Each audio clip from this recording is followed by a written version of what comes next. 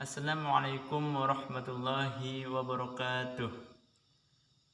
Nama Karsito, NIM 102204661, Prodi Hukum Tata Negara Siasah Lokal C.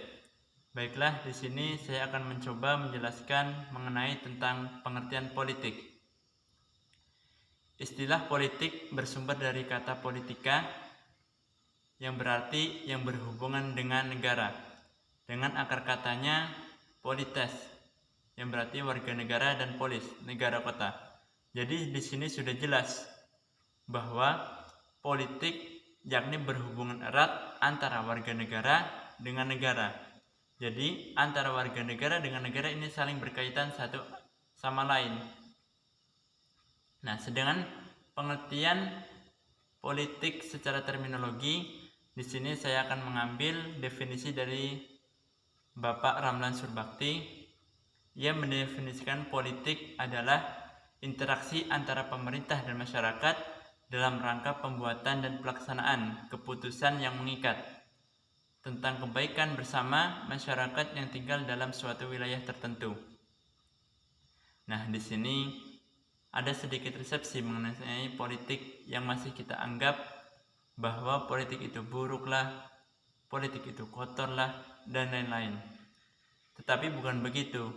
Karena pada dasarnya politik itu tujuannya adalah mulia, yakni untuk mengatur orang banyak, untuk menuju sesuatu yang lebih baik. Nah, mengapa politik itu kok mulia? Karena buah dari politik sendiri itu adalah kebijakan. Selanjutnya, apa itu ilmu politik? Nah, di sini saya akan mengambil definisi dari Bapak Miriam Budiarjo, atau yang terkenal dengan Profesor Politik di Indonesia. Di dalam bukunya Dasar-Dasar Ilmu Politik, ia mengemukakan bahwa ilmu politik adalah ilmu yang mempelajari politik atau kepolitikan. Ilmu politik secara umum yaitu sebagai pembahasan secara rasional dari berbagai aspek negara dan kehidupan politik. Dulunya, politik ini merupakan cabang filsafat. Ilmu politik ini saat ini biasanya dianggap sebagai ilmu sosial.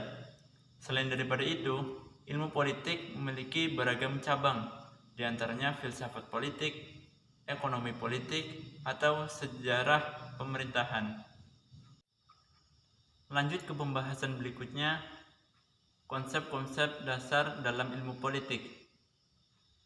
Konsep dasar yang pertama adalah teori politik, kedua masyarakat. Nah, definisi masyarakat di sini adalah sekumpulan orang-orang yang hidup dalam suatu wilayah tertentu dan biasanya mempunyai tujuan yang sama. Lanjut yang ketiga, konsep dasar yang ketiga adalah negara. Nah, terkait negara ini mungkin paling banyak dibicarakan atau dibahas di dalam ilmu politik.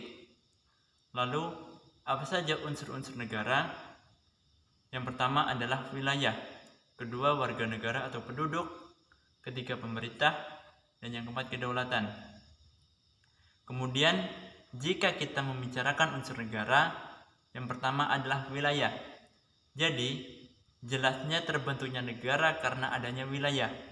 Suatu wilayah dapat dikatakan sebagai pasti atau tetap apabila wilayah tersebut sudah mempunyai kejelasan batas-batas wilayahnya yang dituangkan melalui demarkasi dan delineasi batas wilayah. Yang kedua adalah penduduk. Jika kita membahas negara, maka sebenarnya yang dibicarakan adalah masyarakat manusia, sehingga adanya manusia merupakan suatu keharusan bagi suatu negara. Lanjut yang ketiga, pemerintah. Kenapa pemerintah termasuk dalam unsur negara? Karena guna mengatur penggunaan dan pengalaman wilayah, serta mengatur hubungan masyarakat dengan wilayah agar dapat mengatur dan membina tata tertib dalam masyarakat. Maka dari itu perlu adanya kekuasaan. Lanjut, unsur negara yang terakhir adalah kedaulatan.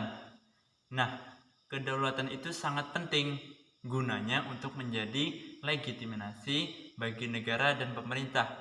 untuk mengatur rakyatnya, dan juga untuk berhubungan dengan negara lain, dan lain sebagainya. Mungkin hanya itu dari saya. Apabila terdapat kekurangan dan kesalahan, saya meminta maaf yang sebesar-besarnya. Akhirul kalam, wallahul muwaffiq ila aqwamit thoriq. Wassalamualaikum warahmatullahi wabarakatuh.